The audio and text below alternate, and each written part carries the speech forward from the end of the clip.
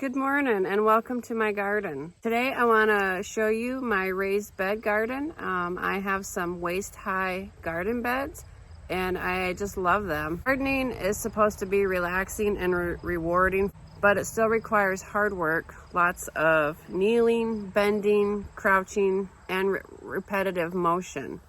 And there's no way around that. But if you have a waist-high garden bed, you can do away with a lot of the aches and pains associated with gardening. If you've spent an entire day crouched down or bent over, weeding, planting, or harvesting, you know what I mean. As someone who's getting older and I've had some back issues, personally, I wouldn't be able to garden on this scale without the raised beds. There are some benefits to growing in raised bed versus in ground. One, obviously, the tall raised beds is you have plenty of room for the roots. You don't have to worry about the soil underneath being compacted because you know what's in there. One big advantage to it is you have less pests. So for instance, I never have slug issue in my tall raised beds. The extra height also improves drainage and maximizes air circulation for your plants. Raised beds also maximize space, and you can cultivate plants intensely. You can baby them so much easier in a raised bed than if they're in ground, because in ground it's kind of susceptible to whatever crawls in there or pees on it or whatever. You don't really have that in raised beds. We have a cat. She's never gotten into my raised beds. Raised beds maximize space too, so crops can be intensely cultivated, and which can produce larger yields, so you can get better results. And it's easy to separate the crops in the raised bed, and it's also easy to rotate crops every year, so I have plenty of options to rotate all of my crops. Another good thing with raised beds is weeds are rarely an issue, and they're so easy to identify and pull out in a raised bed. To be able to inspect your growing space as intensely as you can with a raised bed, you would practically have to be down on the ground with your face to the ground, looking at everything.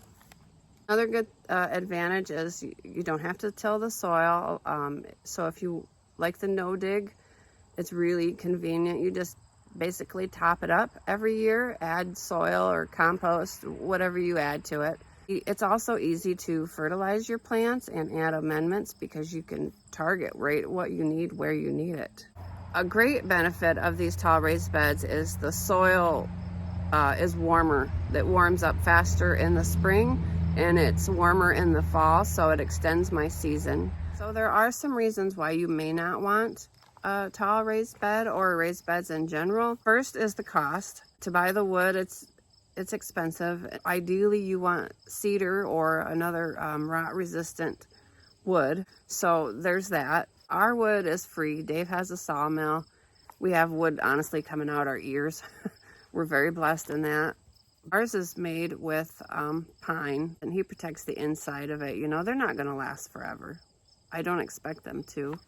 The original 6 raised garden beds that we put in 4 years ago are still doing fine. They have no signs of rot or damage or falling apart, coming loose. So I can expect, I'm sure, I would say at least 10 years out of these, maybe more, depending on weather, and maintenance. Another reason why you may not want these tall raised beds is because it's expensive to fill them, but we use the hugelkultur method, which we line the bottom of our raised beds with logs and sticks, and use the lasagna method and layered in the raised beds, and we just keep adding compost to it, and it's been fine. We've had no issues.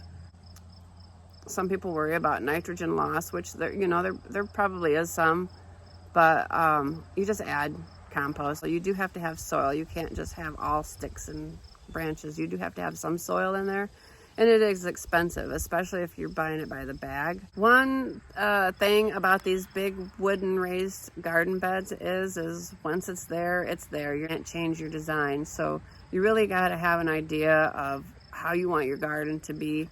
You want to lay it out correctly the first time. You want to make sure you have enough room between them. That's another thing, is they do require more water. So there's the cost. You can't move them around once they're filled, and you know, it takes more water. I would say the benefits totally outweigh the cons. And I am curious, comment below if you grow in a raised bed or in ground, or if you do a combination. I hope you found this information helpful, and thanks for watching, and have a great day.